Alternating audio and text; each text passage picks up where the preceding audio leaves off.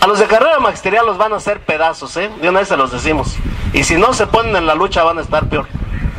Y la cuestión de la aniquilación de quienes van a ingresar al servicio.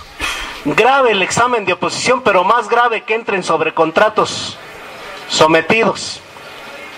Y la nueva ley, si ustedes ven la reforma, lo que está diciendo es que se cancela la relación laboral, que el sindicato se convierte en un ente blanco solamente administrador de cuotas y capataz incluso contra nosotros para favorecer al patrón, el trabajador a merced del patrón netamente.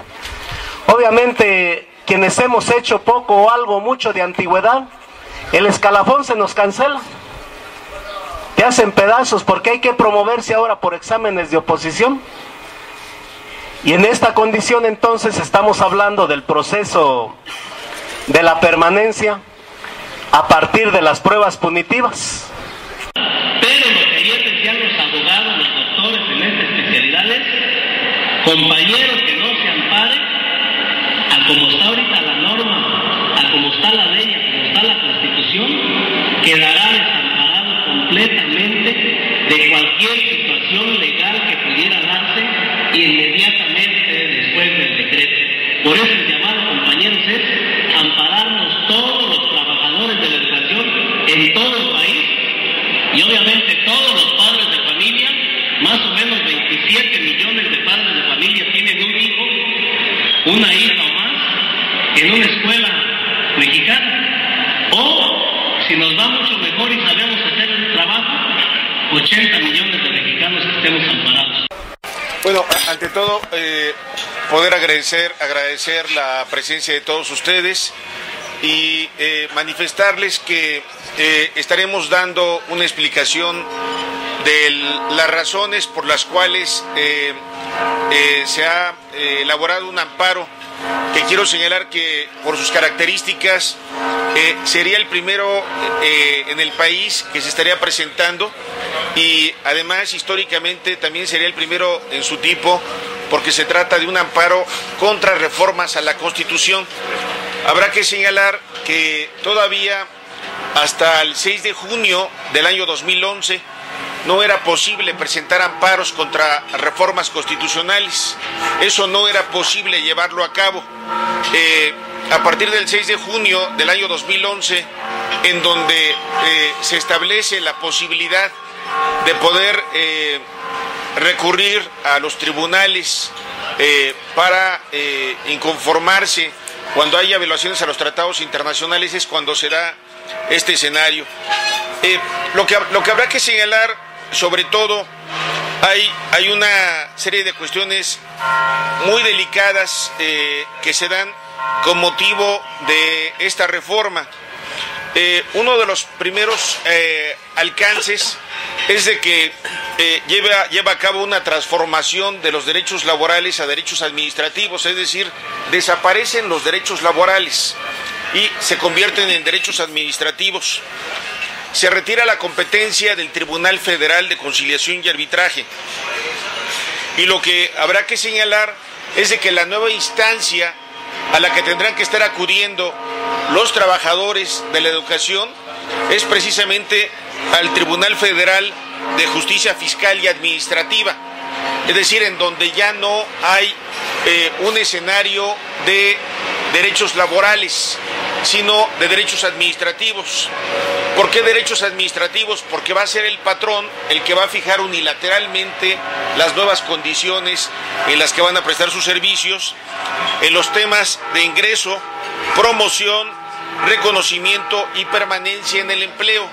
Todo lo que tenga que ver en esos escenarios ya no será posible acudir a instancias laborales, porque ya no serán derechos laborales, o ya no son derechos laborales a partir de esta consideración. Uno de los aspectos también graves en este sentido es de que se prescinde de la representación sindical, es decir, contraviniendo el convenio 87 de la OIT, que ha sido ratificado por el gobierno mexicano. Lo que habrá que señalar es que uno de los aspectos importantes es de que anula la bilateralidad de las relaciones laborales. Una de las características fundamentales de toda relación laboral es el tema en el que el trabajador pueda ser considerado, pueda ser de común acuerdo fijadas cuáles van a ser las condiciones de trabajo, y ahora no, desaparece esa posibilidad. Es decir, de manera unilateral el patrón estará fijando las nuevas condiciones, y en este sentido habrá una relación unilateral entre lo que es la Secretaría de Educación Pública y este Instituto Nacional para la Evaluación, los que ellos estarán fijando las condiciones sin ningún tipo de representación sindical, cualquiera que elijan los trabajadores, en cualquier nivel, desde pueda ser a nivel de zona, regional, nacional, el sindicato que decidan los trabajadores no podrán llevarlo a cabo, y lo hace a un lado, insisto, contraviniendo el convenio 87 de la Organización Internacional del Trabajo. Decíamos que uno de los aspectos más delicados es lo que marca el artículo 73 de la Constitución. Crea una nueva figura, que es la figura del servicio profesional docente, contra lo que es los derechos del trabajador docente con plenos derechos laborales. Este cambio de figura jurídica es uno de los aspectos que consideramos más delicados, porque la creación de este servicio profesional docente es aquella figura jurídica de la cual carece de derechos laborales, carece de derecho de ser representado jurídicamente, carece de derechos de defender todo lo que es su seguridad alrededor de él ante las instancias laborales. Uno de los aspectos centrales de esta consideración es precisamente que desconoce la estabilidad laboral, la estabilidad en el empleo. La Constitución establece en su fracción 11 que los trabajadores solo podrán ser suspendidos o cesados por causa justificada en los términos que fija la ley. La ley relativa es la ley federal del trabajo, la ley de los trabajadores al servicio del Estado, no es ninguna otra ley. Esa ley ya determina cuáles son las condiciones, y uno de los motivos del amparo es precisamente de que es otra ley, la reglamentaria del artículo 3 de la Constitución, que tiene que ver con temas educativos, en donde se imponen nuevas condiciones para fijar de manera unilateral las condiciones en las cuales estarán ya laborando los trabajadores, y que en ese sentido se estará pudiendo separar a los trabajadores sin las reglas que establece ni la Constitución, ni la Ley Federal de los Trabajadores al Servicio del Estado, ni las condiciones generales de trabajo. Aquí lo que habrá que señalar es de que uno de los aspectos, e insisto, tema central precisamente de las razones del amparo, es que se ignoran los tratados internacionales. Los tratados internacionales son precisamente el escenario fundamental. No es posible de que puedan ser desconocidos. El artículo 8 de la Convención Americana sobre Derechos Humanos, sobre garantías judiciales, establece que toda persona tiene derecho a ser oída con las debidas garantías y dentro de un plazo razonable por un juez o un tribunal competente. En este caso tendría que ser temas laborales, y ahora lo estarán cambiando a otra instancia de carácter administrativo. Debe ser independiente e imparcial. Obviamente ya no habrá un tribunal imparcial en términos estrictos, sino que será en todo caso una institución fijada por la Constitución, que establecerá de manera unilateral estas condiciones. Dice con anterioridad establecido con anterioridad por la ley, con la sustanciación de cualquier acusación penal formulada contra ella, o que en este caso sería lo aplicable, o para la determinación de sus derechos y obligaciones del orden civil, laboral, fiscal o de cualquier otro carácter. Es decir, incluye aquí incluso derechos laborales en los cuales se da todo este escenario del que estamos haciendo referencia.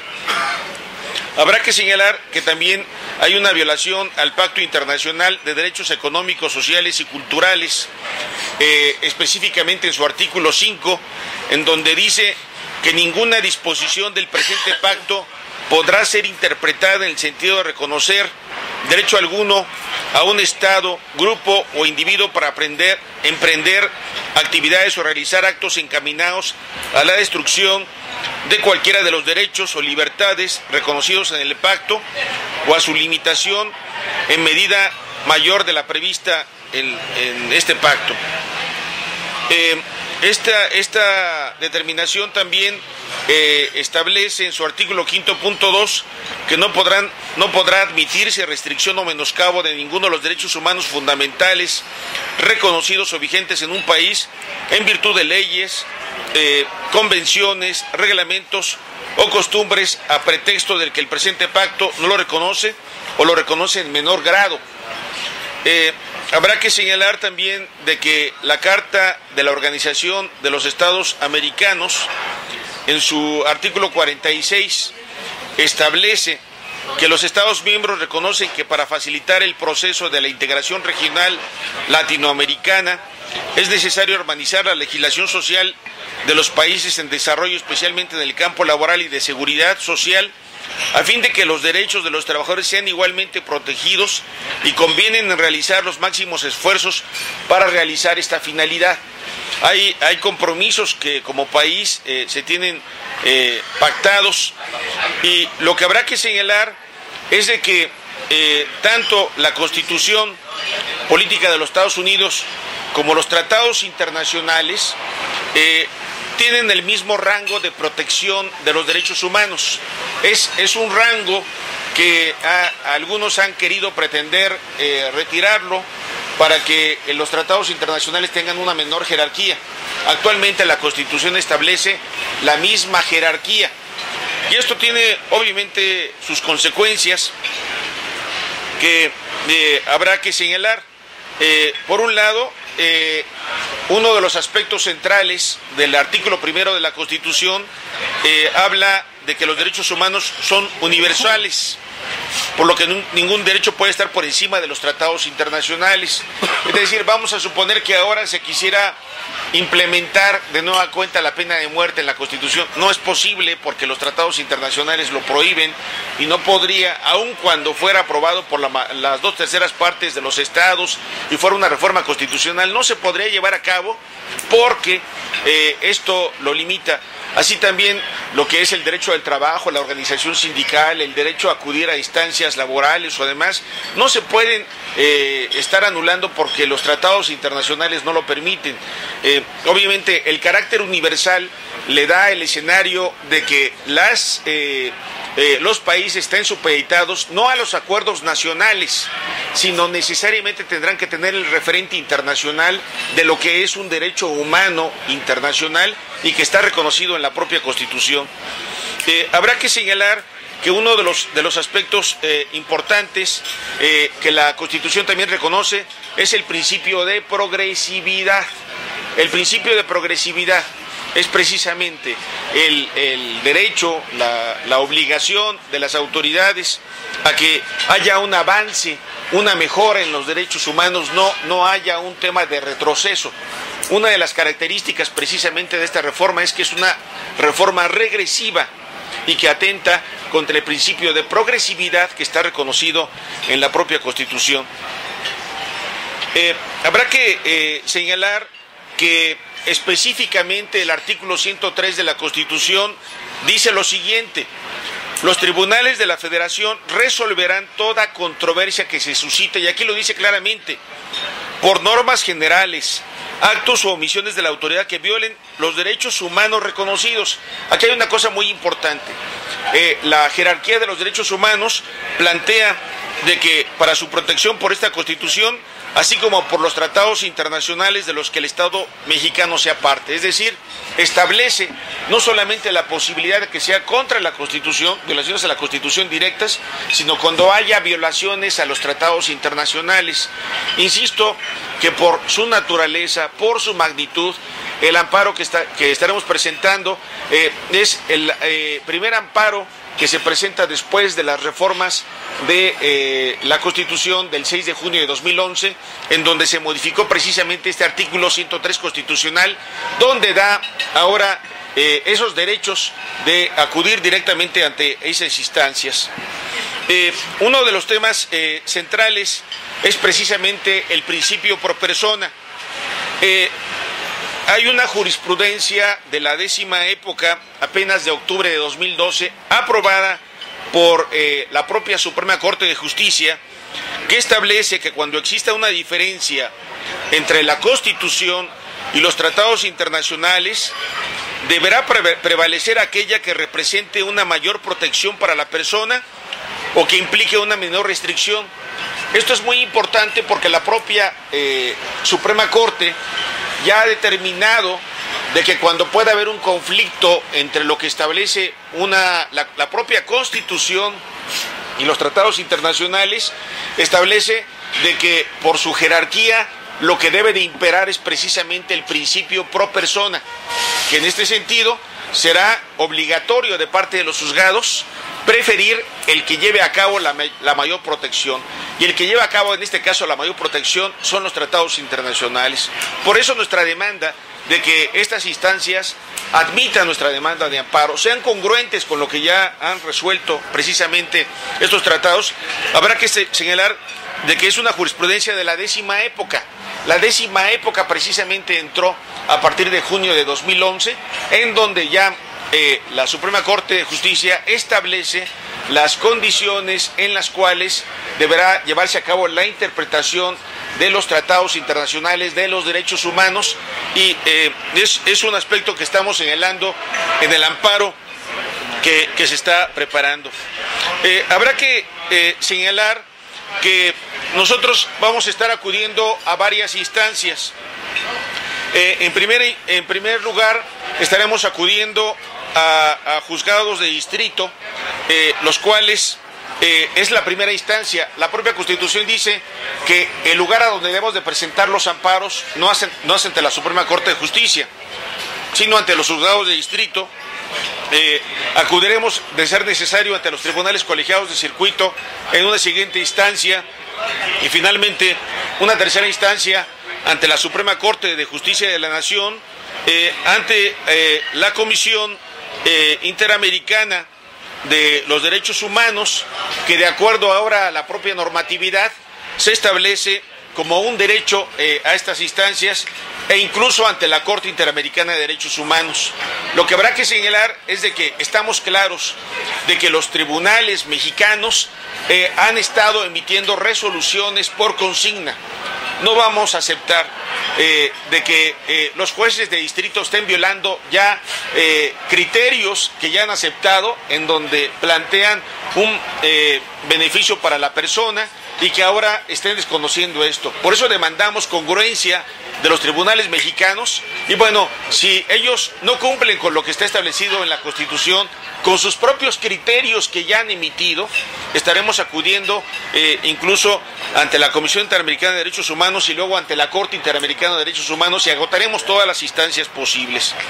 Lo que habrá que señalar es que este amparo que estamos presentando es un amparo el cual tiene diversas características. Fue publicado el 26 de febrero de 2013 en el Diario Oficial de la Federación. Formalmente vence el día 12 de abril de 2013. Por supuesto que no vamos a agotar la instancia hasta el último día, pero lo que tenemos que decir es que este amparo, por su naturaleza, vence dentro de los 30 días precisamente de la publicación.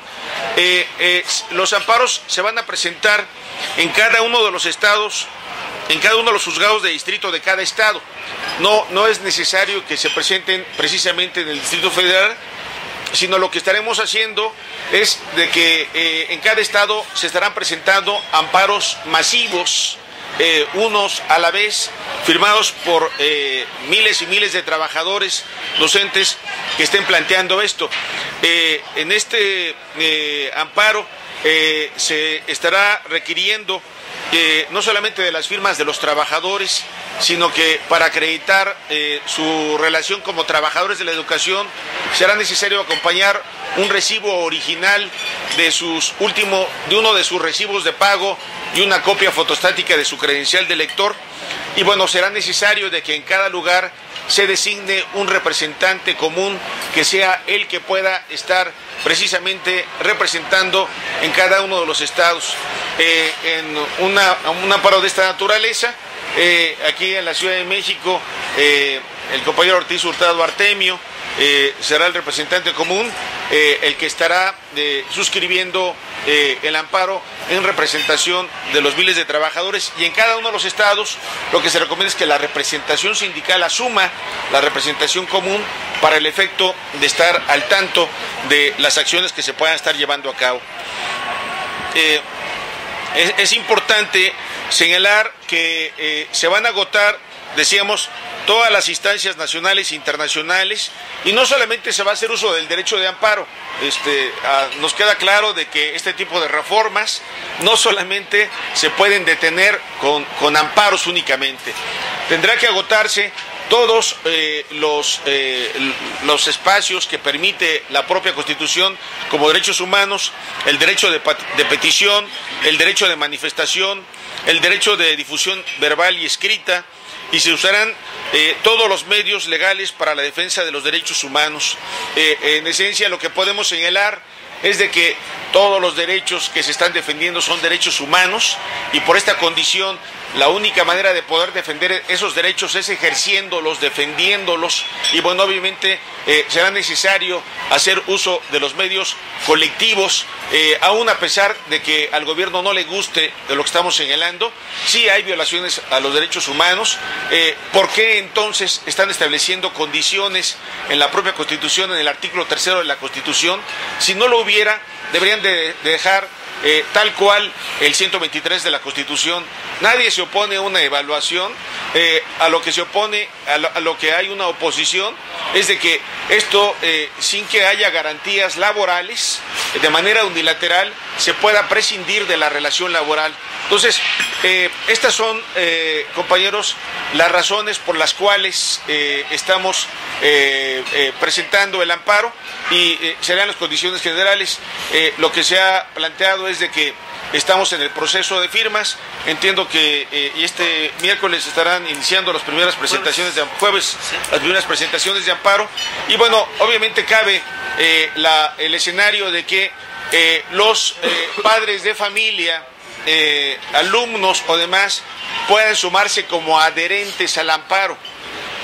Una lista de adherentes para apoyar estos amparos, y además nos han solicitado padres de familia también que a través de una figura jurídica internacional que se llama Amicus Curiae pueda también llevar a cabo las gestiones necesarias ante los juzgados de distrito para apoyar las medidas que estarán ejerciendo los trabajadores docentes, y reitero, trabajadores docentes, y no de este servicio profesional docente que indebidamente está atropellando, violando los derechos humanos de los trabajadores docentes.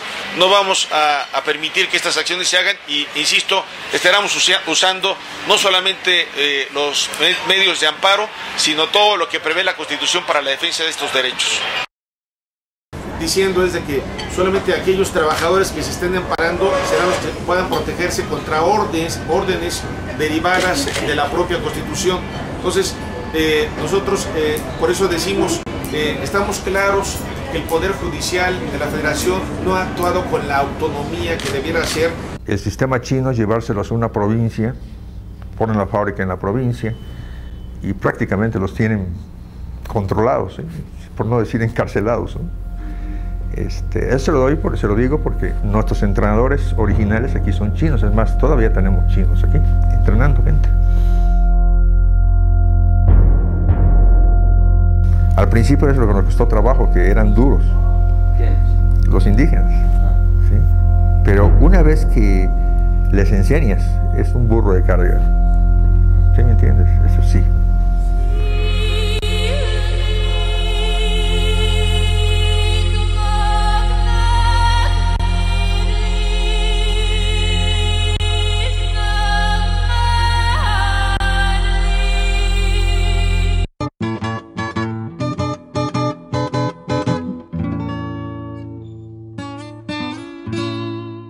Que ya te dije que no. Y tus caprichos lo acepto. Aunque me dejes de hablar, aunque te sientas molesto, aunque me cuelgues la cara y aunque me hagas sentimiento. No he de darte mi permiso. Antes te lleno de cuero. Tanto dinero gastado, tanto celo, tanto empeño. La primaria, secundaria, prepa y curso propedéutico. Tanta hablada de tu parte con todos tus compañeros, diciendo que tú serías un profesionista bueno, que ibas para licenciado o si no serías médico, contador, militar, cura, político o ingeniero. Y hoy, hijo, estás como chiflado o loco te estás volviendo. Me sales de babosote con la idea de ser maestro. Tanto dinero gastado, tanto afán y tanto empeño. Tantas felicitaciones de amigos y compañeros para que hoy, con gran cinismo, tú me digas: ya no quiero llegar a ser un burgués cursi, sino un preciado maestro. ¿Qué no te va a dar vergüenza de rebajarte tan feo? ¿Qué no vas a sonrojarte de bajar a tal empleo? Maestrito, qué gran cosa. ¡Qué dignidad! ¡Qué talento! ¡Qué porvenir! ¡Qué importancia! ¡Qué prestigio! ¡Qué abolengo! Maestrito de escuela. Un torpe que nada sabe de cierto. Haragán, irresponsable, vago, pobre, un majadero. Maestrito. Solo un don nadie. Un vulgar vago de pueblo que va a organizar plantones. Marchas, huelgas y jaleos. Un flojo que solo quiere ganar dinero y dinero sin importarle los niños, sin sentir el magisterio. Que no venera la patria. Un hombre ruin, politiquero, pues para él solo es valioso pasarla de mitonero. Platíqueme, licenciado.